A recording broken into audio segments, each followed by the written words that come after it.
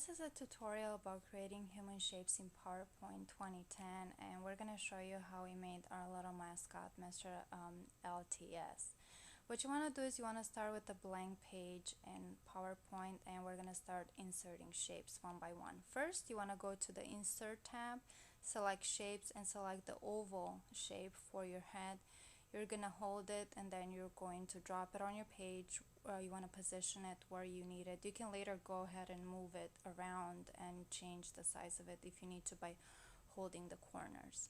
So once you have the head in place, you are going to move on to adding the body. Go to Insert Shapes again and select Rounded Rectangles. Drop it where under the head where proportion is okay next to the head, so they look like they're connected together. You will select the same shapes when doing the leg. After you position your first leg, you can use a little shortcut for the second one.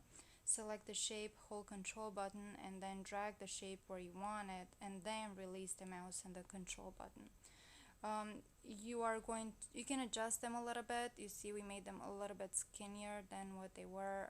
You can move them around as you wish. Next, we are going to do the feet by using the same process we just did for the legs. You can make them the size you want and align them with the legs. You can make them, a little bit thicker or whichever way you want. This is the size that we picked for our little guy here.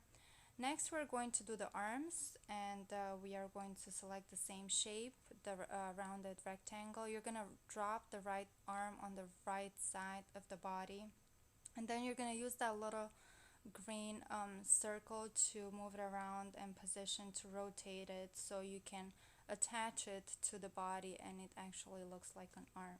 Attach it to the body next, and then we are going to do the same process for the other side where you drag and drop the left arm and you position it on top of the body shape. For the elbows, we are going to select the shape called chord, which looks like a half circle, and you are going to attach it to each side of the arms. It just gives it a little bit of roundness, and you'll see that it looks better than just leaving the elbows pointy.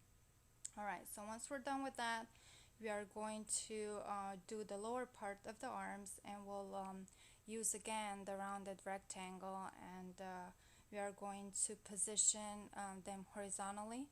You're going to do the same thing for the left side. And once we did this, now comes the fun part. We'll combine these shapes together by selecting each of them with your mouse while holding Shift key. Select all the shapes except for the last one we did, which is the lower part of the left arm. Once all are selected, go to Combine Shape and select Shape Union, and then our guide's almost put together now. Alright, so now we are going to create the hands for the left arm. So you're gonna go and select chord again and drop it next to the arm portion so it looks like he has his arm in front, and we'll do some changes later.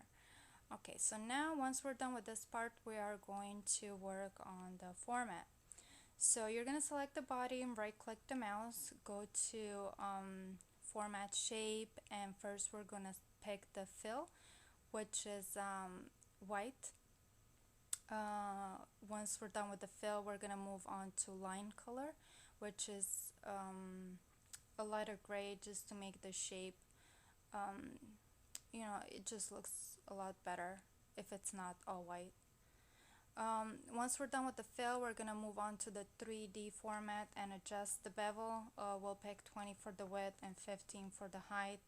This will give the form a little bit of roundness, as you can see. And we're going to select the arm next once we're done with the body, and we are just going to go through the same process to make sure that they both look the same.